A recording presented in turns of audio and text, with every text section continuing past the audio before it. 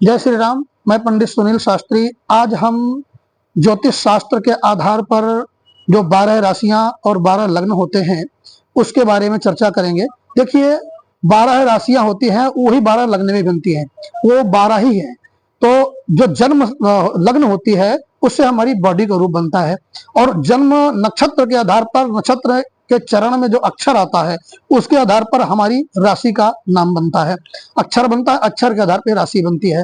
तो आज हम जो चर्चा करेंगे, सबसे पहले जन्म लग्न के आधार पर बताएंगे कि किस लग्न में जन्मा हुआ व्यक्ति किस नेचर का होता है और उसके कैसे स्वभाव होते हैं और जीवन में वो कैसे उन्नति करता है। देखिए, ये एक जनरल प्रोटेक्शन होती है, क्योंकि ये केवल हम लग्न की प्रोटेक्शन कर रहे हैं। उसके बाद क्या होता है कि लग्न के आधार पर 9 के 9 ग्रह अलग अलग कौन कौन सी राशियों में बैठते हैं, उनके आधार पर उनकी प्रोटेक्शन चेंज भी होती है, अच्छी भी होती है, बुरी भी होती है, सम भी होती है।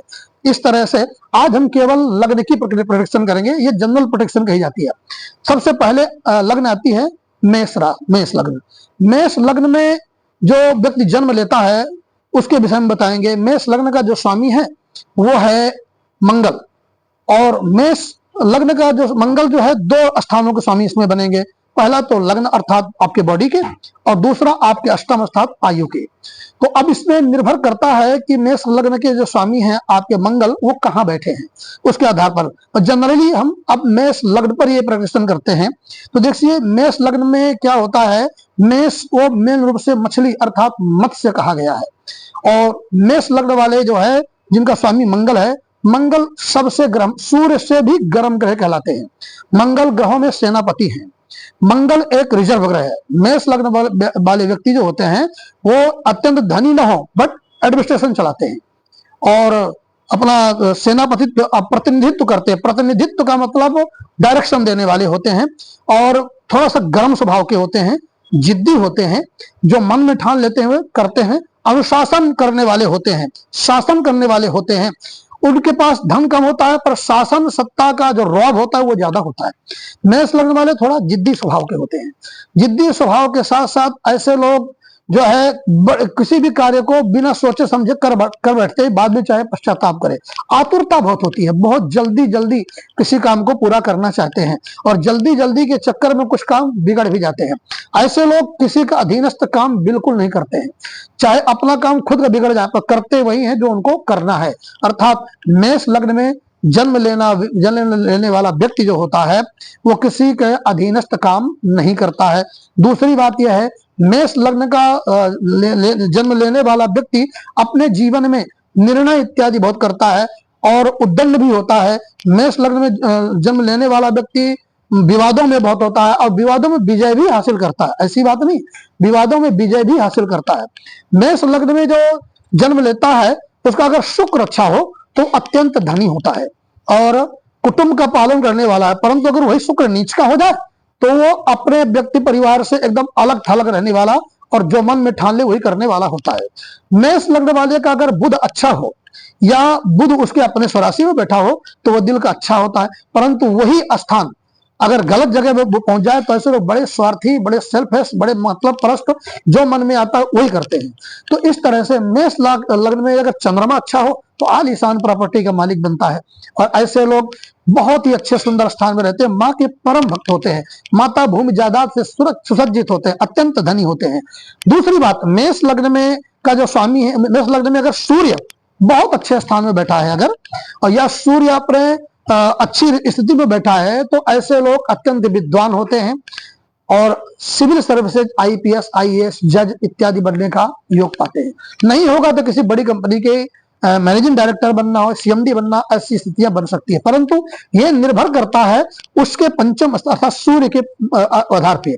दूसरा, उसी में अगर सूर्य का राहु के साथ ग्रहण योग बन गया तो वो फिर उससे नीच योग बन जाता है, मतलब कहाँ राजयोग और कहाँ नीचे, मतलब निरस्त कर देता है, सब बर्बाद कर देता है। मेष राशि में अगर शुक्र की स्थिति अच्छी हो या मंगल की स्थिति अच्छी हो तो ऐसे लोग हमेशा स्वस्थ रहते हैं, परंतु शुक्र बुध की स्थिति अच्छी ना हो तो स्थूल मोटे तगड़े हो जाते हैं, भारी शरीर हो जाता है। दूसरा, सप्तम स्थान पे जो मेष राशि की स्थिति है वो मैरिड लाइफ में थोड़ा सा ऐसे लोगों को बहुत अच्छा सुख प्राप्त नहीं होता है। ऐसे लोगों को मैरिड लाइफ में थोड़ा परेशानी झेलनी पड़ती है, परंतु अगर शुक्र अच्छा हो, चंद्रमा अच्छे हो तो उसमें परेशानियां दूर हो जाती है। बाकी सभी ग्रहों के अलग अलग स्थानों की प्रेडिक्शन लेने के बाद उसका निचोड़, कई बार बहुत अच्छे ग्रह उस स्थान पे स्वग्रही हो जाए या मित्र दृष्टि हो जाए तो परेशानी दूर हो जाती है। परंतु मेष लग्न का जो अष्टम स्थान होता है उसमें अगर मंगल अच्छा हो तो दीर्घायु होते हैं, अगर मंगल कमजोर हो और उस स्थान में नीच दृष्टि किसी सप्तवत ग्रह की हो जाए तो एक्सीडेंट या किसी बड़े बीमारी से उसको खतरा होता है।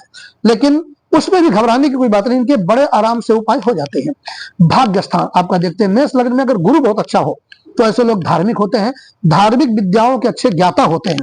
केवल धार्मिक नहीं, धर्म शास्त्रों के ज्ञाता भी होते हैं, धर्म आचरण करने वाले होते हैं। पर सबसे बड़ी कमी होती है कि अपनी ही चलाते हैं लोग, मतलब ज्ञान है भी तब भी उसको अपने को पीछे नहीं करेंगे, एकदम आगे खड़े हो जाए कि जो मैंने कहा वही ठीक है। तो एक तार्किक होते हैं, तर्क करना तो ठीक है पर तर्क में अड़ जाना गलत है, तो तार्किक होते हैं। जो दसम स्थान है आपका शनि, अगर मेष लग्न वालों का शनि स्वग्रही हो या अच्छा हो तो ऐसे लोग पॉलिटिक्स में, राजनीति में अच्छा कद बढ़ाते हैं और अच्छे नेता बनते हैं, समाज में अच्छी पोस्ट लेते हैं, समाज के प्रिय होते हैं। परंतु वही अगर नीच का हो गया तो सजा होती है, जेल जाते हैं, मुकदमेबाजी में सारी जिंदगी फंसे रहते हैं। अरे इनके भी स्थितियों को देख करके क्रॉसिंग मार्ग हो जाए स्टार में तो प्रॉब्लम दूर हो जाती है। वो निकटतम अच्छे एस्ट्रोलॉजर को अगर दिखाया जाए तो उसको बड़े ही आराम से आप पकड़ सकते हैं। अर्थात मेष लग्न वालों का अगर लग्न का प्रेडिक्शन हम करें तो ऐसे लोग एडमिनिस्ट्रेशन चलाते हैं, अत्यंत धनी न होने के बाद धनी का ढोंग करते हैं, ऐसे लोग जिद्दी होते हैं, ऐसे लोग मतलब बाउंडेशन होकर काम नहीं करते हैं। एक तरह से राजा के अंतर्गत मध्यम राजयोग बनता है, राजा के अंतर्गत काम करने का बनता है। जैसे सरकारी नौकरी में अगर जाते तो गजेस्टेड ऑफिसर, कंपनियों में जाते तो डायरेक्टर पोस्ट तक जाते हैं, लेकिन सीएमडी और सीईओ नहीं बन पाते हैं। तो इस तरह से जो मेष लग्न में व्यक्ति जन्म लेते हैं वो अच्छी तरक्की करते हैं। पर बाकी डिपेंड करता है, बाकी के आपके प्लैनेट कहाँ कैसे बैठे स्टार, उनके आधार पर बाकी डिपेंड करता है। आपके 11वें स्थान का जो स्टार बनेगा वो शनि ही बनेगा। शनि अगर अच्छा बनेगा और उस स्थान पे अच्छे ग्रह की दृष्टि होगी तो आपका लाभ, अगर आप 10,000 का काम करेंगे तो आपको 15,000 का लाभ हो जाएगा, और उसी में अगर नीच का हो गया तो 15,000 काम करे तो 5,000 भी मुश्किल हो जाएगा। उसमें भी प्लैनेट की स्थिति करते हैं। पर टोटल अगर हम मेष लग्न की प्रवृत्ति करें तो ऐसे लोग रिजर्व नेचर के, गंभीर स्वभाव के, थोड़ा जिद्दी, इगोइस्टिक, डोमिनेटिंग नेचर के होते हैं। ऐसे लोगों का जो चेहरा होता है वो लंबा होता है, कद थोड़ा छोटा होता है, और ऐसे लोग बड़ी जल्दी जल्दी किसी काम को करने वाले होते हैं, एक साथ कई जगह दिमाग को चलाने वाले होते हैं, और एक जगह स्थिर होकर किसी एक काम को नहीं, ये भी काम कर लूं ये भी काम कर लूं, उतने समय में कई काम में हाथ मारेंगे और निर्णय ये निकलेगा कि किसी काम को आप पूरा नहीं कर पाएंगे। इसलिए आपको सबसे पहले यह देखना है कि आपके बाकी के प्लैनेट कहाँ हैं। मेष लग्न में जब ये भ्रांति हो जाए तो सभी प्लैनेट, सभी ग्रहों को दिखा करके आप उसका समुचित अगर उपाय कर लेते हैं, या उपाय नहीं भी करने की आवश्यकता, अगर ग्रह अच्छे हैं तो आप बहुत अच्छा कर सकते हैं। पर मेष लग्न वाले क्या होते हैं, सबसे अच्छा लोगों के साथ व्यवहार करते हैं, लोगों की हेल्प करते हैं, परंतु अपने भीड़ मतलब व्यवहार होने के कारण, रूखा व्यवहार होने के कारण सबका करने के बाद भी आपको सबसे श्रेय नहीं मिलता है। आप फिर भी प्यार के भूखे ही बने रहते हैं। जय श्री राम।